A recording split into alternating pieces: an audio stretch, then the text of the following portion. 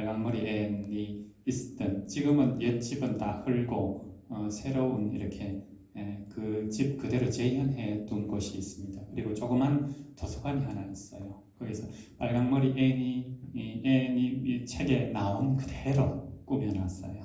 그래서 돌아다 보시면 이런 게 일종의 작은 그 섬이니까 섬의 문화상품이 되는 거죠. 근데 세계인들이 여기 많이 찾아와요. 한번 가보시면 좋겠습니다. 자, 시작해 볼게요. 루시모드 몽고메리 자서전. 그냥 편하게 들으시면 됩니다.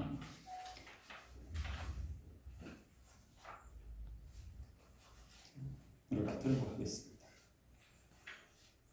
결코 불멸의 왕관을 쓰지 못한다. 공상의 목소리가 이끄는 곳으로 따라가기를 두려워하는 사람들은. 프롤로그. 모든 여성의 세상의 편집자가 내 경력에 대해 글을 써달라고 요청했을 때 나는 믿기지 않으면서 한편으로는 야릇한 기분이 들어 미소를 지었다. 내 경력이라고? 내게 경력이란 것이 있었나? 경력이라면 적어도 화려하고 멋지고 당당해야 하지 않을까? 뭔가 다양하고 흥미진진해야 하지 않을까? 조용하고 굴곡 없는 세월을 가로질러 온 내 길고 괴로운 몸부림에 경력이란 단어를 붙일 수 있을까? 한 번도 그것이 경력이라는 생각을 해본 적이 없다. 원고 청탁을 받고 머릿속에 맨 처음 떠오른 생각은 길고도 지루한 내 몸부림에 대해 별로 할 말이 많을 것 같지 않다는 것이었다. 그러나 할 말이 거의 없음을 말하라는 것이 편집자의 종잡을 수 없는 생각 같았고, 오랜 세월 동안 편집자의 그런 생각에 스스로를 맞추는 것이 고질적인 습관으로 굳어져 있었기 때문에 이번 요청 또한 떨쳐버릴 수가 없었다. 그래서 내 지루한 이야기를 기꺼이 시작하기로 했다. 내 이야기가 별다른 기여를 하지 못하더라도 최소한 성공을 위해 내가 걸어온 그 고단한 길을 가느라 지금도 곳곳에서 분투하고 있는 다른 작가들에게 용기를 줄 수 있을지 모른다는 생각이 들었다. 오래전 아직 아이였을 때의 어느 날, 술 장식이 달린 용단 뿌리에게라는 시를 잡지에서 오려내 직접 쓴 편지와 학교 장문 숙제를 모아놓은 조그만 모음집의 안쪽 구석에 붙여놓고는 그 모음집을 펼칠 때마다 내 목표와 열망이 표현된 그 시를 읽곤 했다. 당신 꿈속에서 속삭여라. 그리고 펼쳐 보여라.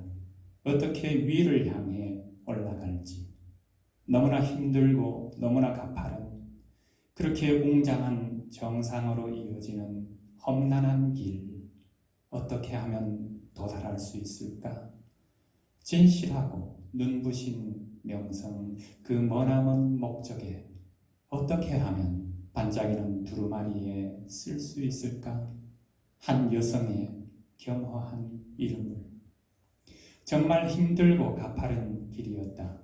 그 길을 가는 다른 순례자를 돕거나 그들에게 용기를 북돋워 줄 수 있다면 어떤 글이라도 즐거운 마음으로 기꺼이 쓸 것이다. 나는 프린스 에드워드 섬 클리프톤 마을에서 태어났다. 올드 프린스 에드워드 섬은 태어나서 어린 시절 보내기에 좋은 곳이다. 성장하기에 이보다 더 좋은 장소가 있을까? 우리 프린스 에드워드 섬 사람들은 충직하다. 우리의 비밀스런 영혼은, 우리에게 생명을 부여한 프린스 에드워드 섬만한 곳은 세상 어디에도 없다고 믿는다.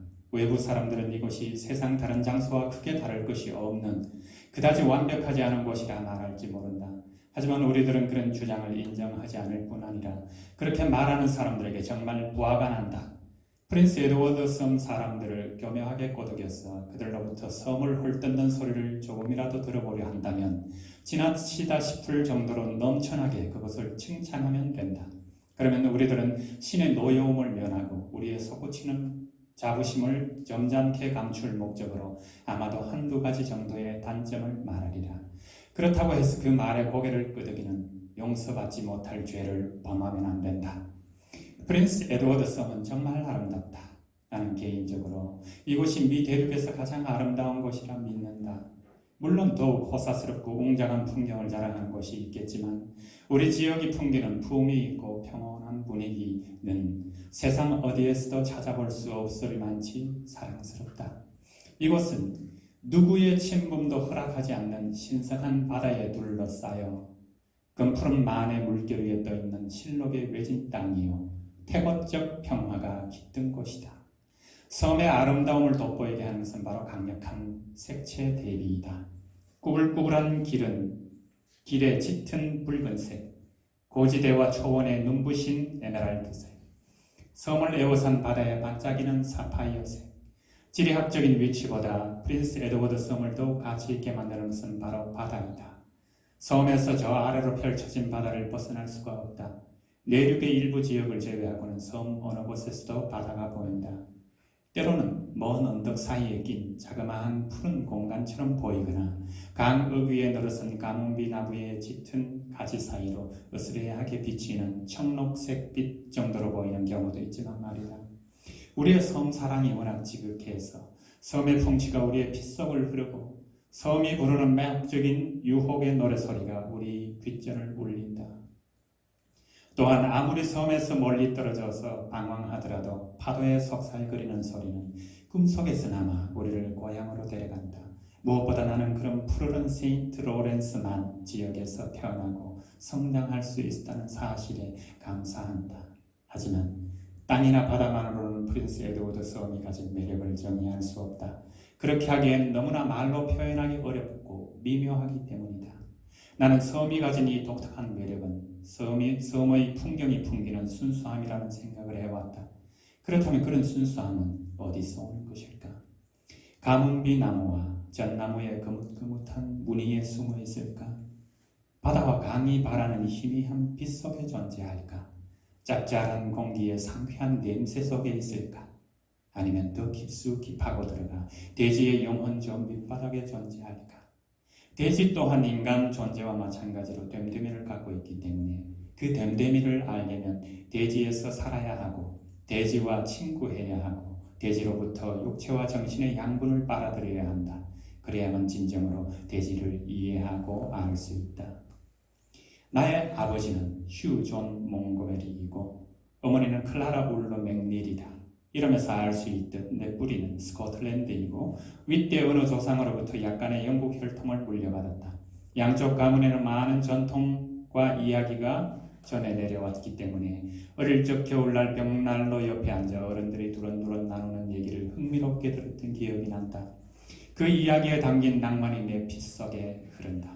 특히나 옛 땅을 떠나 서쪽으로 향했던 조상들의 모험 이야기는 무척 흥미진진해서 들을 때마다 그 매력에 흠뻑 빠져들곤 했다. 이야기를 하던 어른들은 그 부모 세대부터 캐나다에서 태어나고 자랐으면서도 떠나온 옛 땅을 고향이라고 불렀다. 나의 고조 할아버지 휴 몽고메리는 스코틀랜드를 떠나 캐나다 퀴벡으로 향하는 배에 올랐다. 그의 아내는 대서양을 항해하는 내내 처절한 뱃멀 위에 시달렸다. 선장은 물을 보충하기 위해 프린스 에드워드 섬 북쪽, 당시에는 정착민이 거의 없었던 숲이 울창한 야생지대에 정박했다. 선장은 보트를 해안으로 보내면서 몽고메리 부인에게 기분 전환을 할 겸 다녀오라고 말했다. 몽고메리 부인은 그의 말대로 해안에 도달했고 마른 땅에 발을 딛는 기쁨을 맛보고는 남편에게 그곳에 정착하겠노라고 단호하게 말하면서 다시는 배를 타지 않겠다고 고집을 부렸다. 타이르기도 하고 애원해보기도 하고 말다툼까지 했지만 모두 소용이 없었다. 뱃멀미를 하느라 지칠 대로 지친 여인은 섬에 정착하기로 결심했고 남편 또한 그렇게 할 수밖에 없었다. 몽고메리 가족은 이렇게 프린스 에드워드 섬에 정착했다. 운명과 한 여성의 의지가 이루어낸 사건이었다.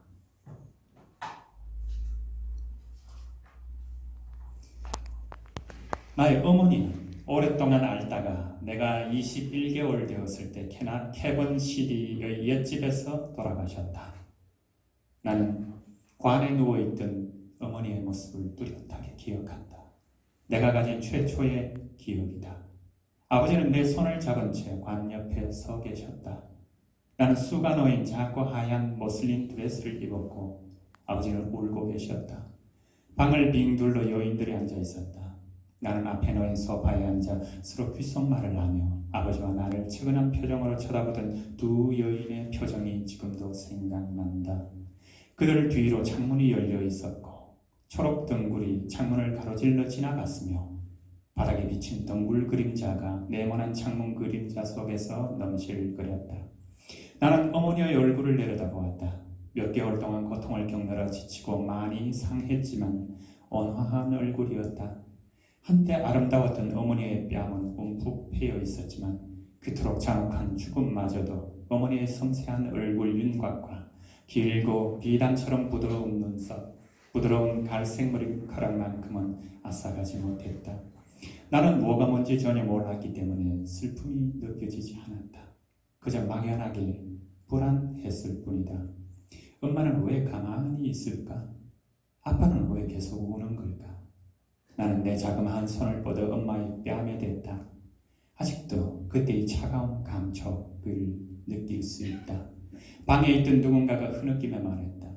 불쌍한 것 같으니라고. 어머니 얼굴에서 전해지는 차가운 감촉 때문에 무서워졌다. 나는 등을 돌려 애원하듯 아버지의 목에 팔을 둘렀고 아버지는 내게 입맞춤을 해주었다. 마음이 편안해진 나는 아버지에 이끌려 다른 곳으로 가면서 어머니의 온화하고 평온한 얼굴을 다시 내려다보았다. 이것이 캐번디시의 오래된 묘지에 누워 바다에 서성거리는 자장가 소리를 들으며 영원한 잠을 자고 있는 소녀 같은 어머니에 대한 단 하나의 귀중한 추억이다. 내가 어린 시절과 소녀 시절을 보냈던 곳은 사과 과수원으로 둘러싸인 캐번디시의 오래된 농장이었다. 내 삶의 첫 6년이 기억 속에 희미하게 남아있다. 때때로 추억을 담은 그림이 선명한 색채를 띠며 불현듯 떠오른다. 그런 추억 중에는 천국이 정확히 어디에 있는지를 알아냈던 멋진 순간도 있었다. 확실히 4살은 채 되지 않았을 때의 어느 일요일, 나는 에밀리 이모와 함께 옛 클리프턴 교회에 앉아 있었다. 목사님께서는 천국에 대해서 말씀하셨다. 내게 천국이란 그저 어머니가 가신 이상하고 불가사의한 장소였다.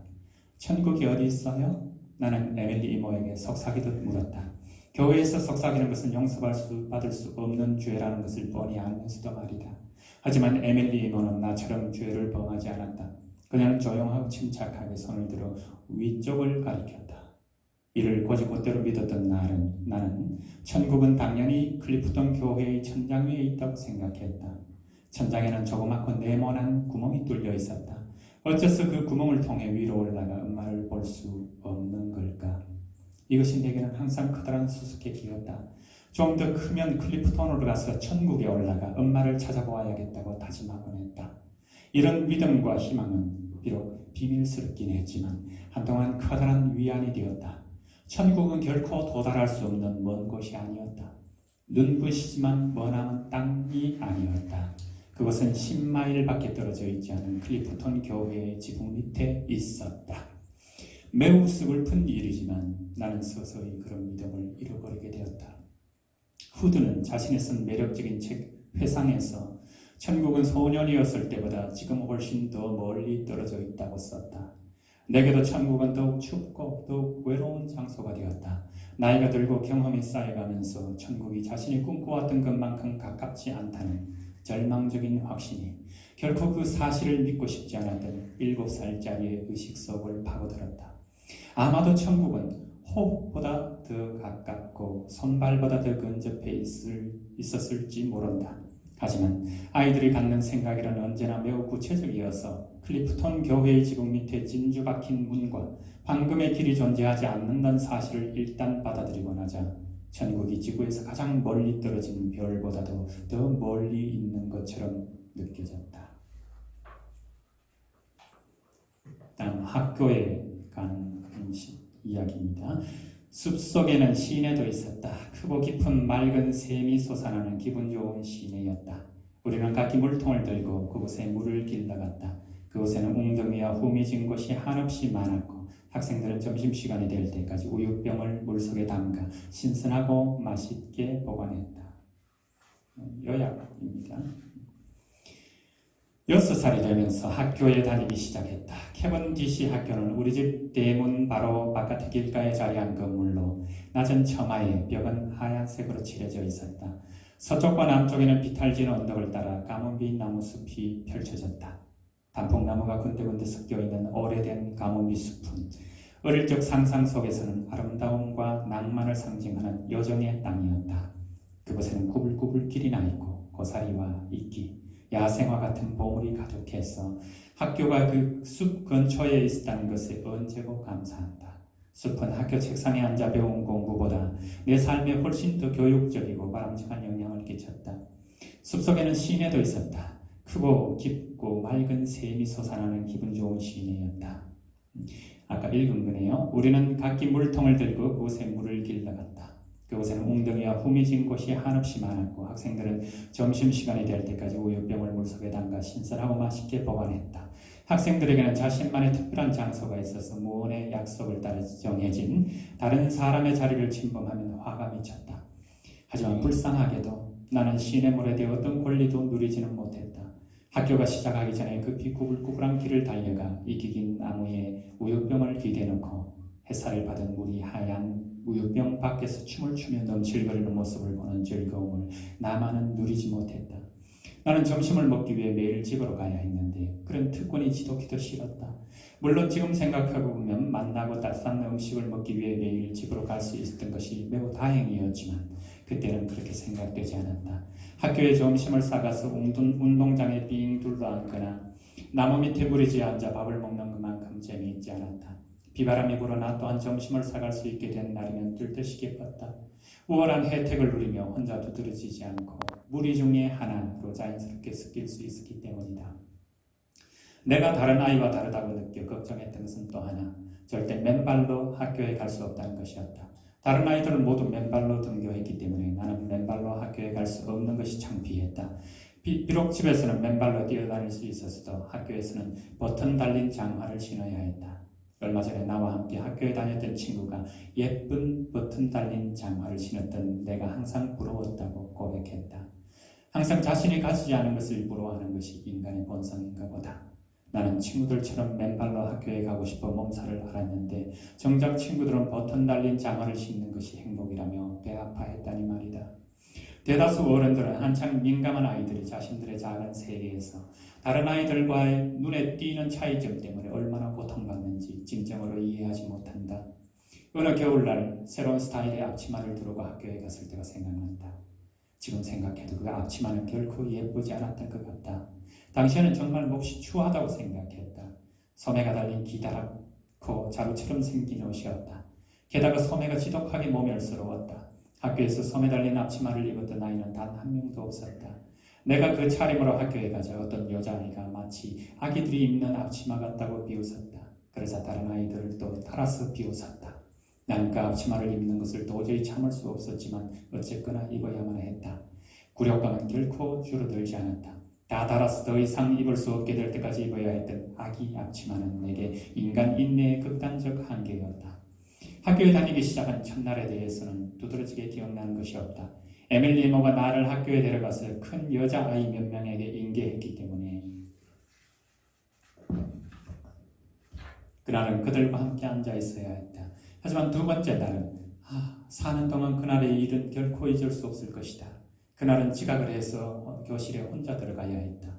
몹시 부끄러워하며 조용히 교실로 들어가서는 커다란 여자아이 옆에 앉았다. 그러자 아이들이 일제히 웃음을 터뜨렸다. 모자를 쓴 채로 교실에 들어갔던 것이다. 지금 이 글을 쓰는 동안에도 당시 겪었던 두려운 수치심과 굴욕감이 그대로 살아난다. 나 자신이 우주의 조롱 대상이라 느껴졌다. 결코 씻을 수 없는 끔찍한 실수를 저질렀다는 생각이 너무나 뚜렷하게 들었다. 나는 교실을 살금살금 걸어나와 뭉개진 인간성의 일부였던 모자를 벗었다. 컸다고 해야 10살에 불과했지만 당신에게는 모두 어른처럼 보였던 큰 여자아이들과 함께 지내면서 느꼈던 참신함이 곧 시들해지면서 나는 내 나이 또래 여자아이들에게 마음이 끌렸다. 우리는 덧셈을 했고 구구단을 배웠고 작문 연습을 했고 교과서를 읽었고 철자를 되풀이했었다. 나는 학교에 들어가기 전에 이미 읽고 쓸 줄 알았다. 황홀한 세상에 진입하는 첫 단계로 A가 A라는 것을 배웠던 시기가 틀림없이 있었으리라. 하지만 지나온 과정을 되돌아볼 때 나는 독서 능력을 타고난 것 같아 마치 숨을 쉬거나 먹는 것처럼 말이다. 나는 오래된 로열 리드 시리즈의 두 번째 권을 읽고 있는 중이었다. 고양이와 쥐가 등장하는 초급 독본은 집에서 이미 읽었고 1단계 독본을 건너뛰고 2단계 독본에 들어갔던 것이다. 학교에 1단계 독본이 놓여있는 것을 보고 그것을 읽지 않았다는 생각에 무척이나 괴로웠다. 견뎌내야 하고 최소한 경험해봐야 하는 것을 놓쳐버린 데 대한 일종의 상실감이었던 것 같다. 1단계 독본을 읽지 않은 것을 놓고 오늘날까지도 내 영혼은 야릇하고 어리석기 짝이 없는 후회를 한다. 초록 지붕집의 N, 빨간머리 N, 늘 읽은 독자들은 유령의 숲을 기억할 것이다. 우리 3명의 개구장이들에게는 오싹 소름 끼치는 이야기였다. 웰과 데이브는 유령의 존재를 철석같이 믿었다. 나는 이 문제를 두고 두 아이와 논쟁을 벌이곤 했지만 우울하게도 결국 그들 생각에 물들고 말았다. 하지만 유령의 존재를 곧이곧대로 믿지는 않았다.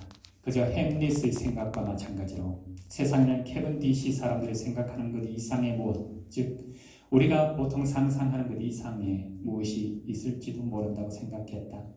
유령의 숲은 과수원 아래쪽에 자리 잡은 아름답고 아무런 해가 없는 가뭄비나무 숲이었다. 유령이 출몰한다는 장소들이 하나같이 너무나 평범해서 재미가 덜했기에 우리가 새로 고안해낸 곳이었다. 처음에는 우리 중 어느 누구도 숲에 유령이 나타난다고 믿지 않았고 음침한 시간에 불가사의한 하얀 물체가 숲속을 휙 지나갔다며 유령을 본 척하기는 했지만 속으로는 그저 우리의 공상의 산물일 뿐이라고 믿었다. 하지만 우리의 정신은 허약했고 상상력은 강했다. 우리는 그 상상 속으로 이야기를 무조건적으로 믿게 되었고 죽음의 고통을 두려워한 나머지 해가 지고 나면 숲 근처에 얼씬도 하지 않았다. 죽음, 하얀 물체에게 붙잡힐지 모른다는 소름 끼치는 가능성을 더욱 두렵게 만든 죽음이란 대체 무엇이었을까? 여름날 저녁 어스름하게 땅거미가 질 무렵 여느 때처럼 현관 계단 위에 옹기종기 모여 앉아있을 때면 웰이 마치 피가 얼어붙은 것처럼 무서운 이야기를 내 머리카락이 곤두설 때까지 워낙 많이 해주었기 때문에 하얀 물체가 때로 구석에서 나타나 우리를 낚아챌 것만 같았다. 웰이 해준 이야기 중에 하나는 어느 날 저녁 그의 할머니에게서 소젖을 짜기 위해 밖으로 나갔는데 남편이 집에서 나와 소를 우리 안으로 몰아넣었더니 골목으로 내려가는 걸 보셨다는 것이었다. 이 이야기를 섬뜩하게 만드는 것은 바로 웰의 할머니가 곧장 집으로 들어가 보니 남편은 그녀가 집을 나설 때처럼 소파에 누운 상태에서 한 발짝도 집으로 나간 적이 없었다는 사실이었다. 한데 다음날 이 불쌍한 노신사에게 좋지 않은 일이 생겼다. 좋지 않은 일이 구체적으로 무엇이었는지 잊어버렸지만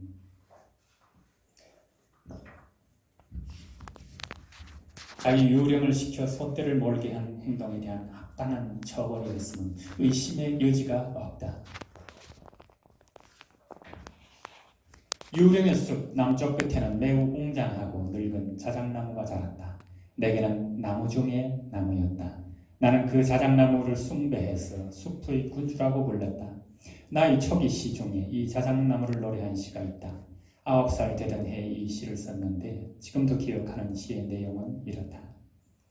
백양나무와 가뭄비나무 주위에 전나무와 단풍나무가 쏘있네.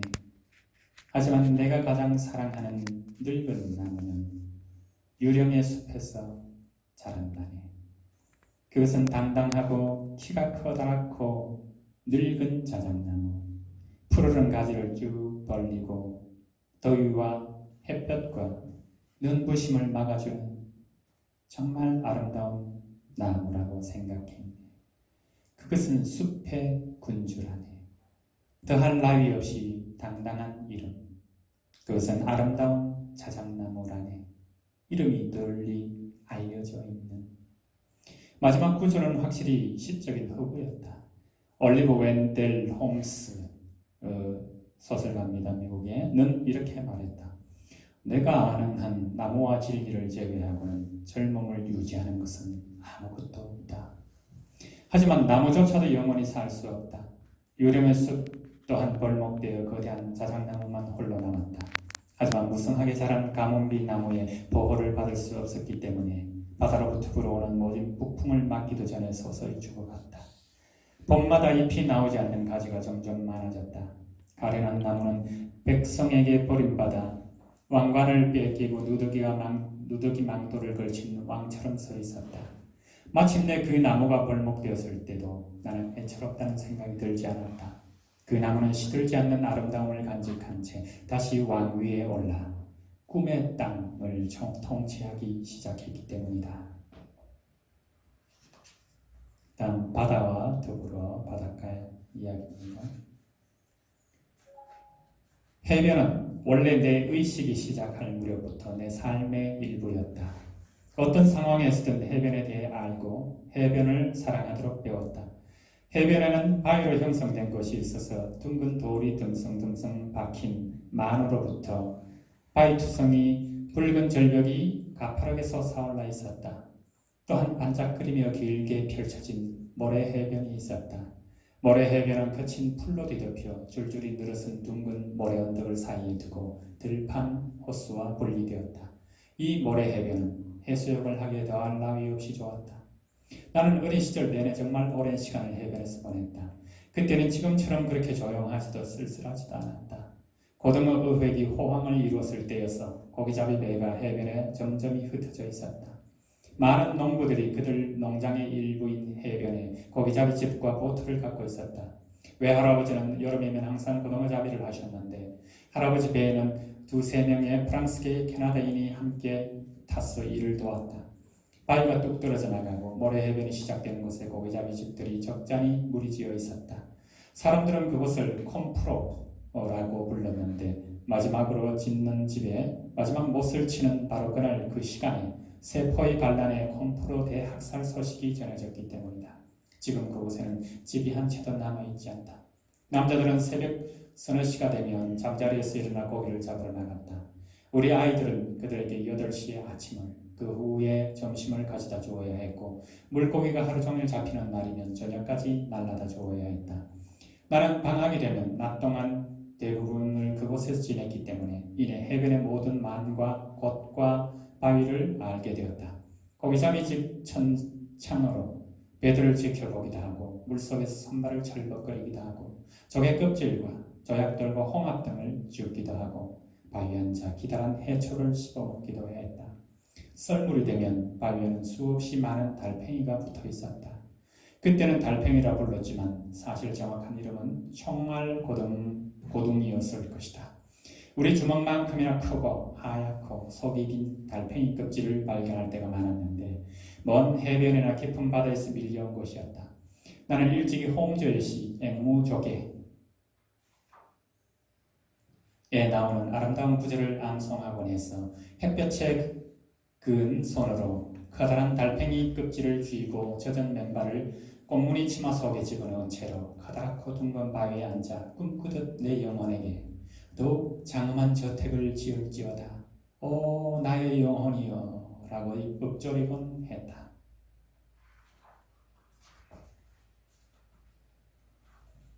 나는 그다지 멀리 여행을 해보지 못했다.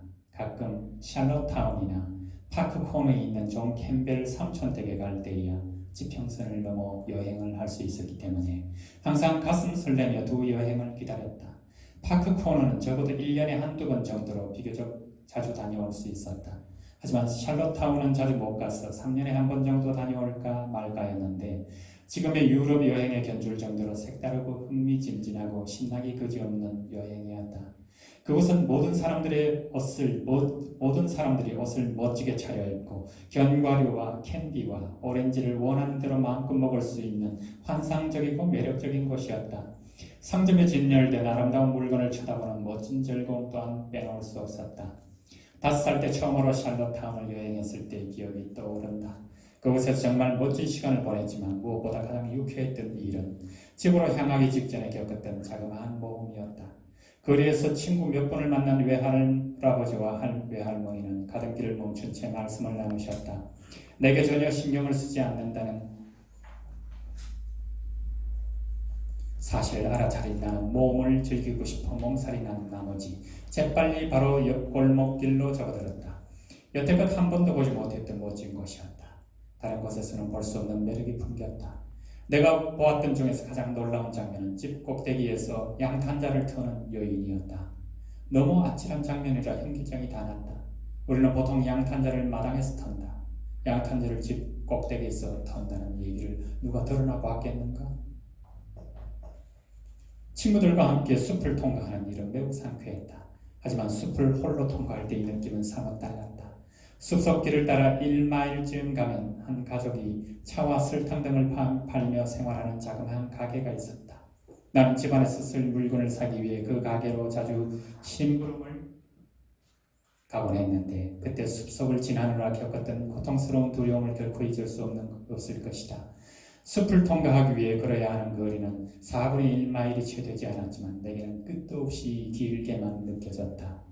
내가 무엇을 무서워했는지 말할 수가 없다. 숲속에는 토끼보다 나쁜 존재가 없을 뿐 아니라 현명한 어른들이 흔히 말하듯 나 자신보다 더 나쁜 존재도 없다는 것을 나는 잘 알고 있었다. 내가 느낀 무서움은 태초부터 그럴 법한 이유를 들어 숲을 무서워했던 조상들로부터 내게까지 전해져 내려온 오래되고 원시적인 두려움이었다. 내게는 이성과 아무런 관련이 없는 불합리한 공포였다. 하지만 무서워하며 숲을 통과하는 것도 대낮의 일일 뿐이었다. 어두워진 후에 숲을 통과하는 것은 생각할 수조차 없는 일이었다. 그렇게 했던 사람들이 있기는 했다. 우리 집에서 하숙을 했던 한 젊은 선생님은 밤에 숲을 통과하는 것에 대해 별다른 감정을 느끼지 않았다. 내 눈에는 여태껏 본 사람들 중에서 가장 위대한 영웅이었다. 다음은 책 읽기와 공상에 대해서입니다. 잠깐 쉬었다 할까요?